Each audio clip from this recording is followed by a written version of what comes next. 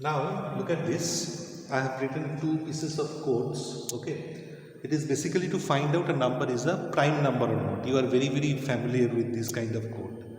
You have actually learned it to do it this way, but I have written another method. Okay, then you will understand that why in class 11 we learned it this way. Okay, a very normal way of finding a number is a prime number or not can be done this way also, though nobody writes program like this, but still it can be written. A flag variable is taken. Okay, you check if 2 and 3 are like basically if the number is, if sorry, not percentage, you can write if the number, whatever you are checking, if n basically double equal to 2 or n double equal to 3, then you can say this is prime number directly. And then what you have done, you have fixed up a range between 2 and n. Between 2 and n you have fixed up a range. So if my number is 12, basically what will happen, the range will be between 2 and 11. So I am going to divide original number 12 by all the numbers from 2, 3, 4, 5 up to 11. Okay. So what will happen in that case? I have to divide it by all the numbers. Okay. N is being attempted to divide by all the numbers. If anybody divides them completely, then flag becomes equal to 0. Fine. So imagine the number is 13. So if the number is 13, what will happen? Nobody will be able to divide between 2 and 12. What will happen? Nobody will be able to divide 13. So that is why 13 is a prime number. We have learned it. The point is, here what should we write as computational complexity, or in BIGO notation, what do we write? Okay. If it is n, look at this. Imagine this whole thing, this conditional checking, okay, test. Yesterday I showed you how to do basically the time complexity or time calculation when if statements are involved. Okay, test will be taking some time, this will be taking some time, fine. Even this variable also will take some, flag equal to 1, this execution also takes time. So say altogether, I am just calculating roughly, it is taking C0 amount of time altogether, following the rules of the if statement. Then we can see here what is happening is, this is going on for n steps, or say we can say n minus 1 amount of steps. So if it is going for n minus 1 amount of steps, then, and if this part basically takes say C1 amount of time, so I can say that this is taking almost this much of time, C1 into n minus 1, and altogether say this one also takes another time, say C2. So basically if we write, it will become C0 plus C1 into n minus 1 and C2. So as a matter of fact, as a whole, it can be approximately written as ON, because it is depending mainly on n. If n increases, then this one increases, so it is mainly depending on n.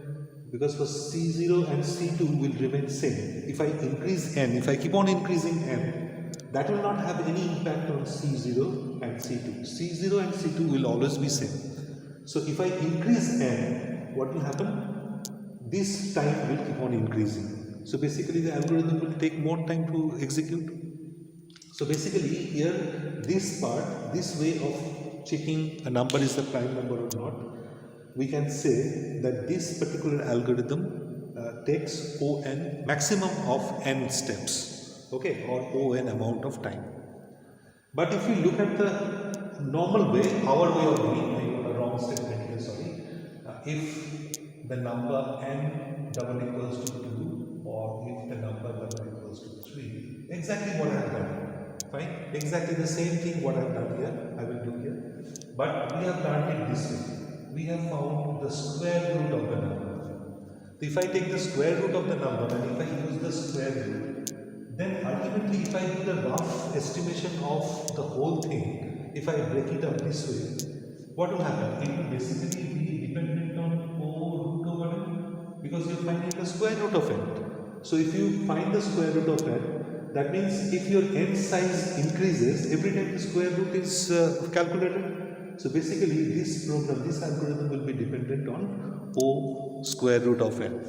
That means on square root of n mainly it is going to depend on. So ON versus square root of n. Obviously we can make out that this will take lesser time to execute. So as an algorithm we can say that this is more efficient. Why more efficient? That we have to prove it by writing it, by computing the time. I did not compute this time. If you go by these breakups, which I will show you in the notes, it will ultimately be O square root of n. So since the efficiency of this one is O square root of n, that means for any size of input n, any specific size of input n, at the most square root of n number of steps will be involved, whereas here n number of steps will be involved. So since square root is lesser than n, so therefore we can say that this algorithm is a better algorithm. So basically what can happen is mostly the questions will be in this form. Like what you need to understand here, the comparison between two different algorithms. That is what mainly we are learning in this chapter. Another comparison I can show you here. What will happen is, if I go for normal search methods, fine. There are two kinds of searching: linear search and binary search. Binary search, you have done it very recently, you know it. So imagine there is an array or there is a list of n elements, input size is n. So if we want to manually search for it, for I in range n, so what you have to do here, you have to write if the number item, say we are looking for a number item, if number equal to, and let's say list is p, is equal to p of I, fine.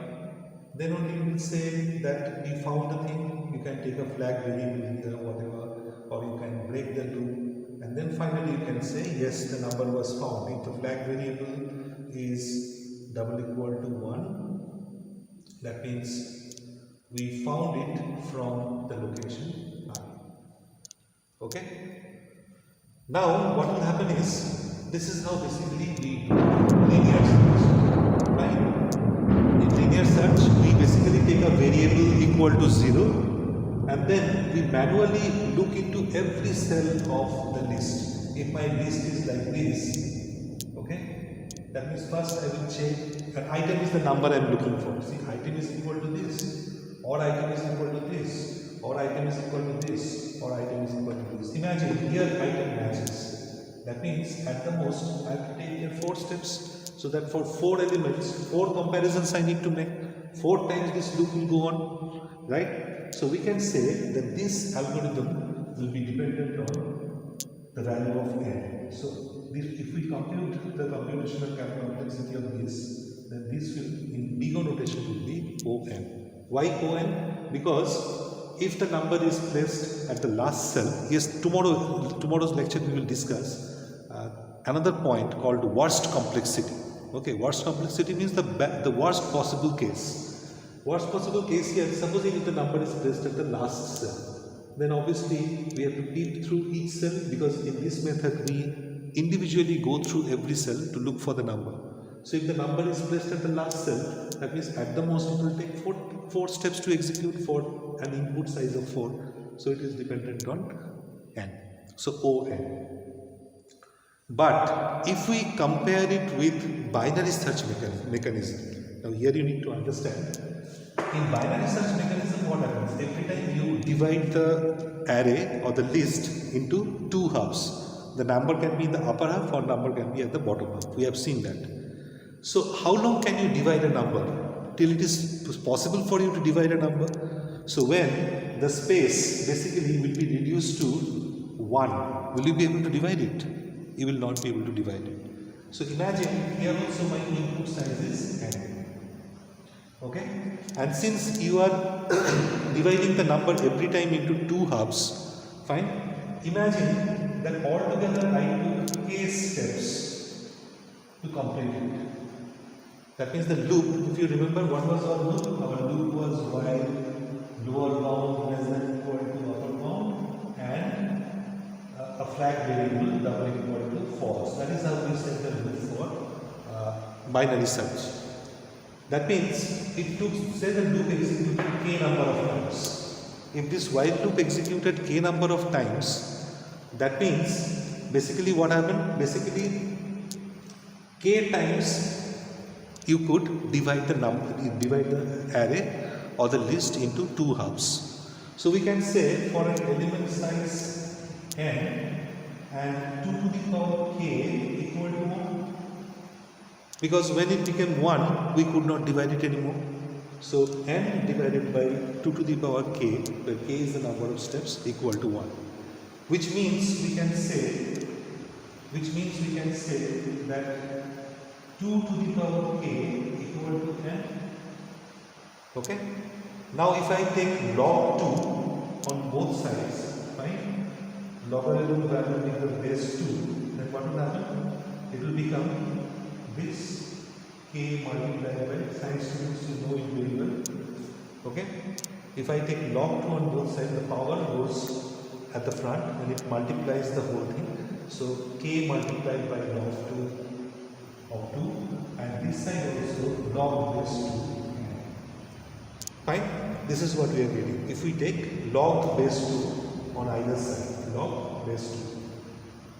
So what happens here? This log 2 base 2 is basically equal to 1. So basically we can say k multiplied by 1, that is k, okay, k multiplied by 1 equal to log 2n.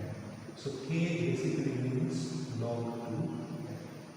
So in this case, how many steps it took, fine, that will be mainly dependent on log 2n. So this computational complexity can be written as this, right?